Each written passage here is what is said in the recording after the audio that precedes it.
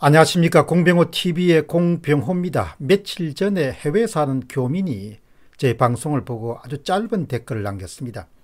구입하려고 합니다만은 한국산 가격이 좀 센 편입니다. 아주 짧은 한 문장이지만 제가 놓치지 않았습니다. 그리고 머릿속에 딱 기억을 해두었습니다. 짧은 댓글이지만 우리가 지금 어디에 있는지, 어디를 향해 가고 있는지에 대해서 대단히 시사적이고 일종의 앞으로 발생할 수 있는 일에 대한 예시에 해당하는 징후라고 볼 수 있습니다. 첫 번째 질문은 청와대의 문제인식입니다. 1월 3일 날 문 대통령의 새해 첫 현장 방문 일정은 기아자동차가 만든 친환경 자동차를 항만에 수출하는 한국을 방문했습니다.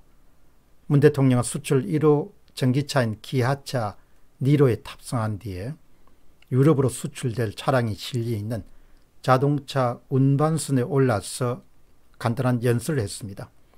청와대 부대변인은 당일날 문재인 대통령의 수출 현장 방문에 대해서 수출이 어려운 상황이지만 호전세로 반전하고 있다, 이렇게 주장을 펼쳤습니다. 바로 전날인 1월 2일 날 청와대 대변인은 수출 감소 폭이 7개월 만에 한 자릿수로 둔화될 만큼 수출 반등이 가시화되고 있다, 이렇게 주장했습니다. 참고로 우리나라 수출은 2019년도에 한 해에 수출 증가율이 마이너스 10.3%입니다.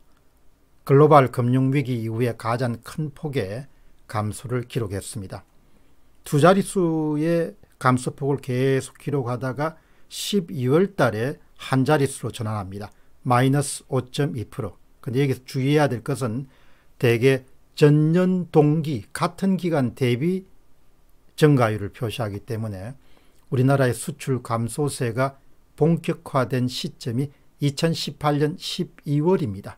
그 12월 달에 크게 떨어진 것이 일종의 기저값이 되기 때문에 마이너스 5.2%도 낮아진 것을 기준으로 해서 마이너스 5.2%니까 전혀 안심할 수 있는 그런 효과는 아니죠.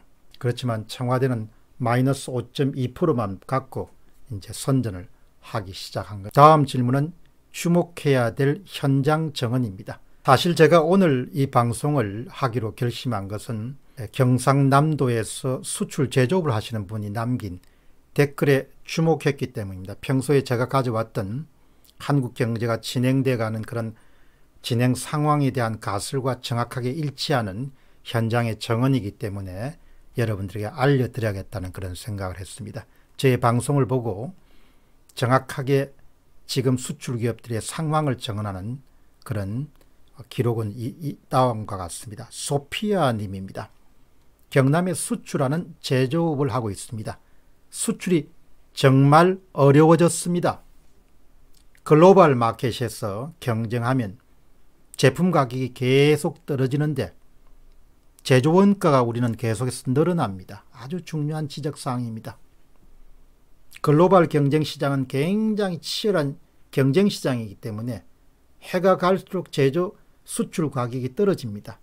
그런데 우리는 내부적으로 계속해서 수출 원가가 올라가게 됩니다. 다시 소피아님 이야기입니다. 사업장은 정치적 위기 상황으로 보고 직원 충원은 물론이고 모든 것을 다 줄이고 있습니다. 직원들은 이 상황을 아는지 모르는지 성과급이 현저히 낮아져서 불만이 많습니다. 직원 충원은 앞으로 아마 절대로 없을 것 같습니다. 세계 경기는 나쁘지 않은데 정말 우리나라가 어렵습니다. 아주 중요한 징후입니다. 한국이 수출 경쟁에서 밀리고 있다.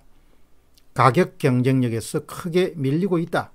지금까지의 잘못된 정책이 다 누적돼서 지금 이제 드러나고 있는 겁니다.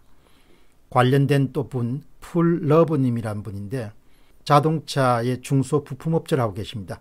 창업 35년 만에 직원 20명과 함께 자동차 부품 관련 일을 해왔는데 창업 후 처음으로 구조조정을 했습니다. 이대로 간다면 1년에서 2년 내에 폐업을 하지 않을 수 없을 것 같습니다. 우리 회사뿐만 아니고 관련 업종 모두가 비슷한 상황입니다.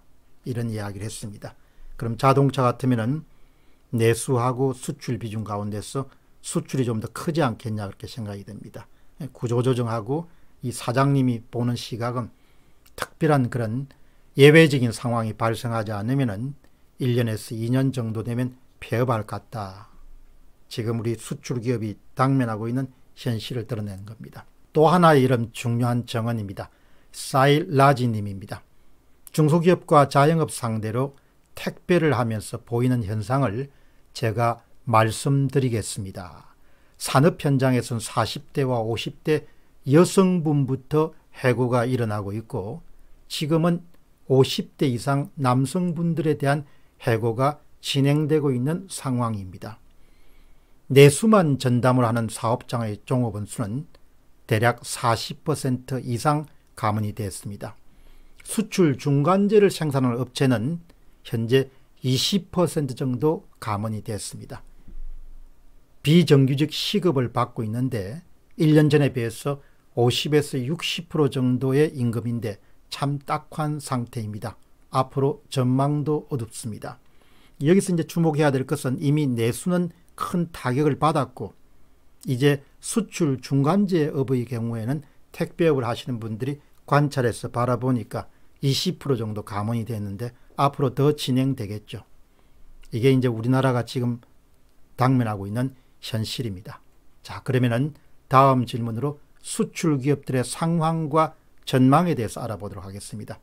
최저임금 급등, 주 52시간 근무제 도입, 조세 인상, 준조세 인상 이런 것이 이제 계속 덮치게 됩니다. 이런 모든 결과물들이 한국에서 제조 단가를 상승시키는 일종의 생산 요소 가격을 크게 올리게 됩니다.